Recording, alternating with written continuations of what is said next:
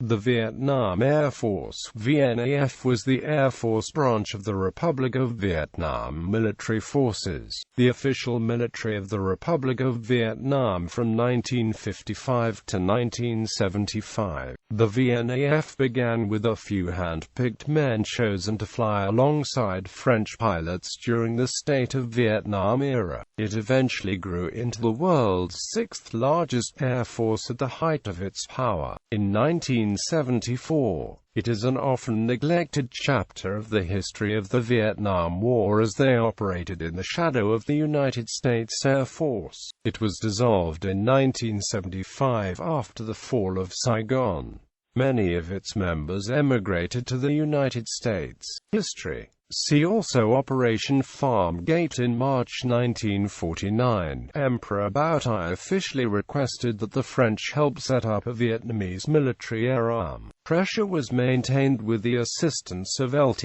Colonel Nguyen Van Hinh, who had flown the B-26 Marauder with the French Air Force in the Second World War. In March 1952, a training school was set up at Nha Trang, and the following year 2 Army cooperation squadrons began missions flying the Moran Sal near Ms.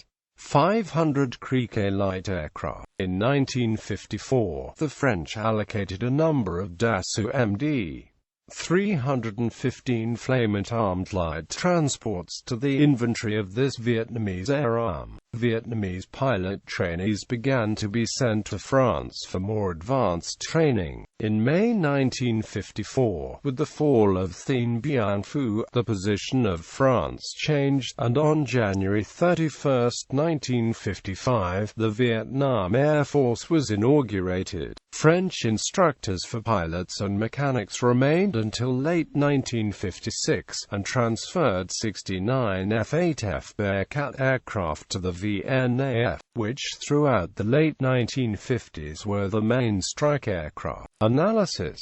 In contrast with the North's Vietnam People's Air Force, most Allied air operations in the Vietnam War were conducted by the U.S. Armed Forces. The South Vietnamese forces operated at a fairly basic level compared to the U.S. forces, which carried out the bombing campaigns in the North. The 19th Tactical Air Support Squadron was organized on 17 June 1963.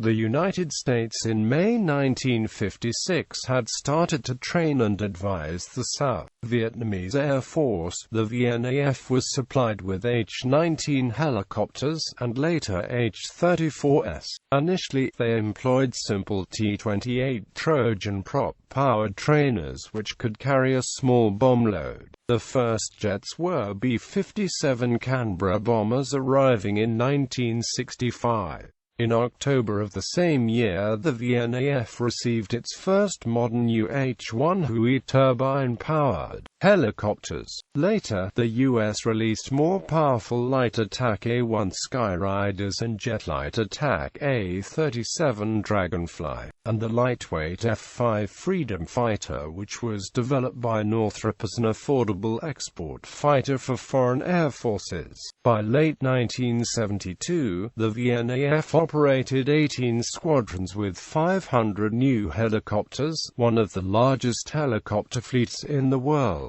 In 1972, President Chiu asked for, but did not receive, the F-4 Phantom with its massive bomb load and speed that was widely used for all roles by U.S. air services. When the Vietnam People's Army started to install anti-aircraft missiles near Khe Sanh, the VNAF lacked the radar jamming gear and the navigational aids required to attack the missile sites. The VNAF primarily flew close support as Communist forces did not fly aircraft over U.S.-held territory, so they never had the opportunity to fight MiGs or go downtown in heavy fighter bombers. Consequently, the Army of the Republic of Vietnam was at a significant disadvantage once the U.S. Air Force left Vietnam due to the lack of the bombings and air support provided by the U.S. Fall of South Vietnam.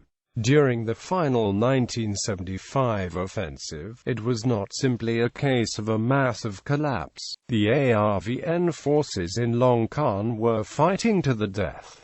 A cooperative effort between the ARVN and the VNAF enabled ARVN troops to hold on. CH-47 helicopters brought in 193 tons of artillery ammunition over 2 days. A-1 Skyriders flew in and C-130 Hercules transports dropped massive 15,000-pound daisy cutter bombs on enemy positions. Flying against intense anti-aircraft fire, they took a heavy toll on the NVA divisions around Shanlock. On the 28th of April at 1806, 3 A-37 Dragonflies piloted by former VNAF pilots who had defected to the Vietnamese People's Air Force at the fall of Da Nang, dropped 6 Mk 81,250 pounds bombs on the VNAF flight line at Tan Son NHUT Air Base, destroying several aircraft. VNAF F-5s took off in pursuit, but were unable to intercept the A-37s.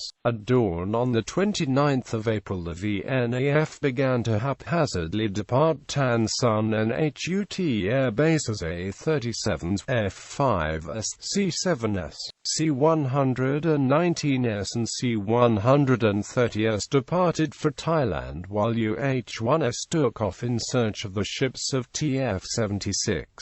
At 8 o'clock, Lieutenant General Min, commander of the VNAF, and 30 of his staff arrived at the American Dow compound, demanding evacuation. This signified the complete loss of command and control of the VNAF.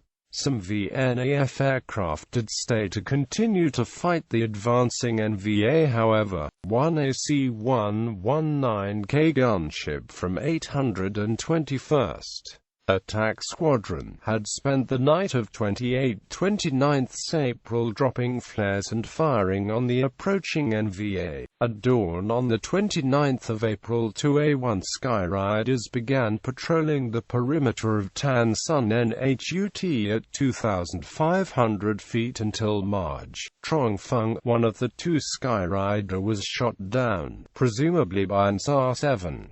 At 7 o'clock, the AC-119K Tin Long flew by LT. Trang Van Than was firing on NVA to the east of Tan Son NHUT when it too was hit by a SAR-7 missile and fell in flames to the ground. Sergeant Sun, one of the AC-119K gunner, tried to escape, but his chute tangled in the tail of the airplane. Despite sporadic artillery and rocket fire, Bintui Air Base remained operational throughout the 29th of April and on the morning of the 30th of April, with VNAF A-37 aircraft flying an unknown number of sorties against PAVN columns moving into Saigon. These were the last combat sorties flown by the VNAF. After the announcement of the surrender of South Vietnam by President Min, the pilots flew the stripped-down aircraft to Utah Pow Air Base in Thailand, often carrying 3 or even 4 people. Aftermath.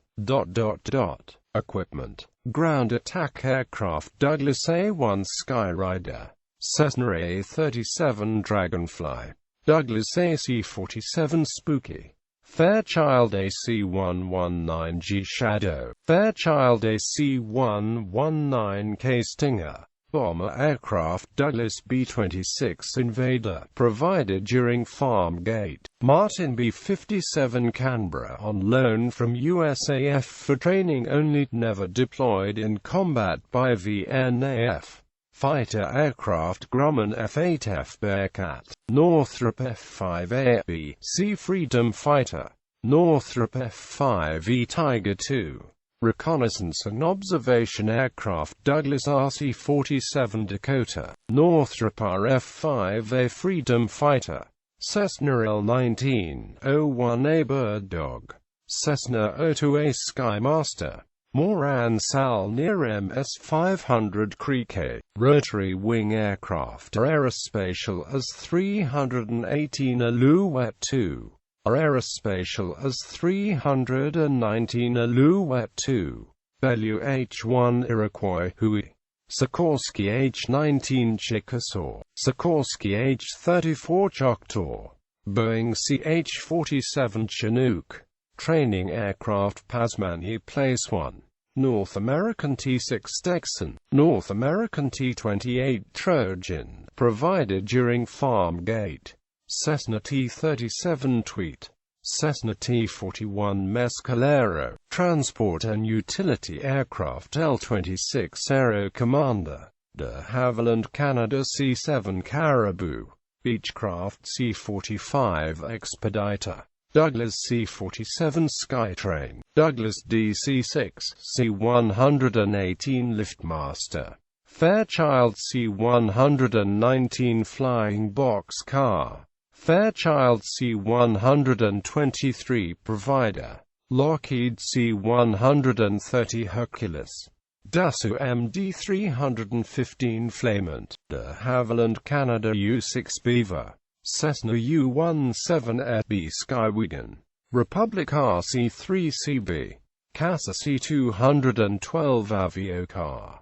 Recruitment and training. Unlike the ARVN, the VNAF was an all-volunteer service, remaining so until its demise in 1975. The VNAF Recruiting Center was located at Tan Son Nhut Air Base. Recruits were given a screening test, followed by a physical examination. Basic requirements for service in the VNAF was to be a Vietnamese citizen, at least age 17, minimum age 25 for flight training, no criminal record. The equivalent of a U.S. 9th grade education for M and 11th grade for those entering pilot training, or a 12th grade for non-rated officer. If the volunteer met all the qualifications, the recruit was then sent to basic training at the ARVN training base at Lam Song. Non-commissioned officer training was held at Bien Hoa Air Base. After 2 months of training, or 4 months for aviation cadets, the recruit was given an aptitude test and progressed to specialized technical training. For that, he was sent to one of the ARVN wings for journeyman training. Aviation cadets pursued 3 additional months of specialized training after completing their initial 4-month training course.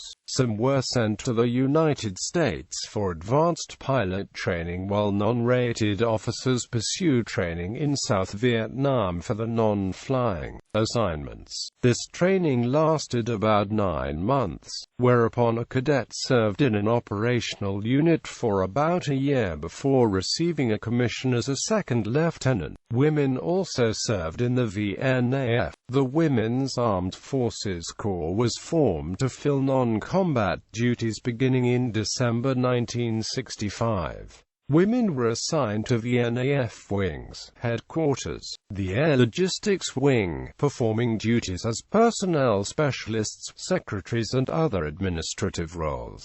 Organization of the VNAF. VNAF units commanders.